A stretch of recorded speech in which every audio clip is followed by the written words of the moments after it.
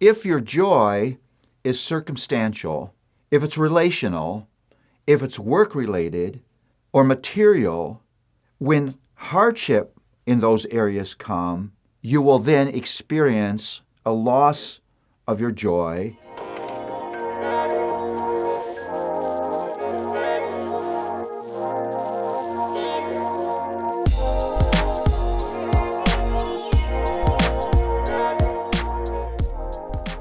So we're going to look at Psalm 4, and I've titled Psalm 4, Joy in Hardship. Before we look at this psalm, I want to ask you a question. Does the unexpected, the unwanted, the unplanned, the difficult, the hard thing remove your joy? How sturdy is your joy? You know, we've been through a pandemic that seemed like it was stretching on forever. For many of us, that meant physical hardship, a loss of a job, struggles in our churches, loneliness, and the list goes on. I had a pastor contact me recently and said, my people just seemed discouraged. They seem to have lost their joy.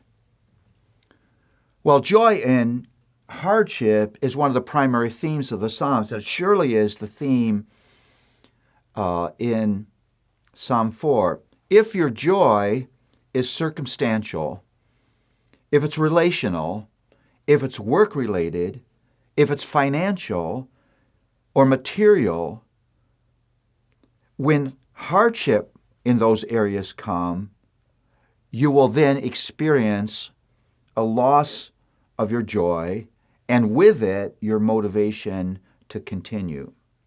Let me read Psalm 4. Answer me when I call, O God of my righteousness, for you have given me relief when I was in distress. Be gracious to me and hear my prayer. O man, how long will my honor be turned to shame? How long will you love vain words and seek after lies? But know the Lord has set apart the godly for himself. The Lord hears when I call on him. Be angry and do not sin. Ponder in your own hearts on your beds and be silent. Offer sacrifices and put your trust in the Lord. There are many who say, who will show us some good? Lift up the light of your face upon us, O Lord. You have put more joy in my heart than they have when their grain and wine abound. In peace I will lie down and sleep. For you alone, O Lord, make me dwell in safety. Well, the historical setting of Psalm 4 is important. Psalm 4 and 5 were written when David was in a cave hiding with his band of brothers from his son Absalom, who was conspiring to take his throne. Think of how heartbreaking that situation would be, betrayed by your own son. And notice again this theme that David preaches the truth to himself. He says, God has given me relief before. The Lord has set me apart from himself, so the Lord will answer me when I call. Now, this is important. God will never ask you to deny reality.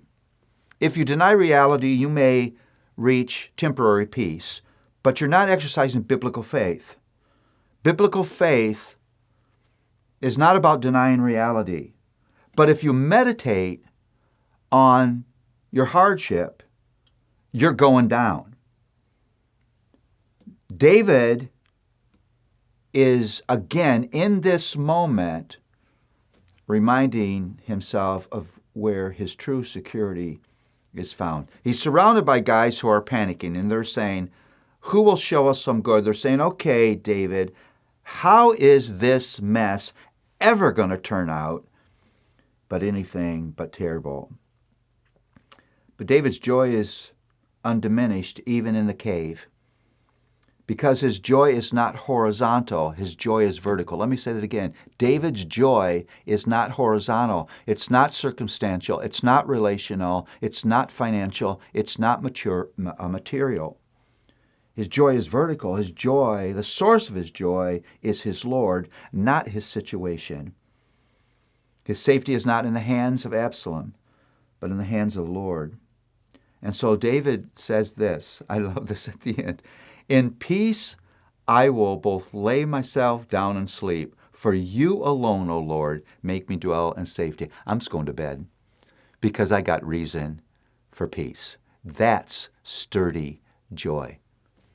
Do circumstances keep you awake? Maybe your joy is horizontal and not vertical.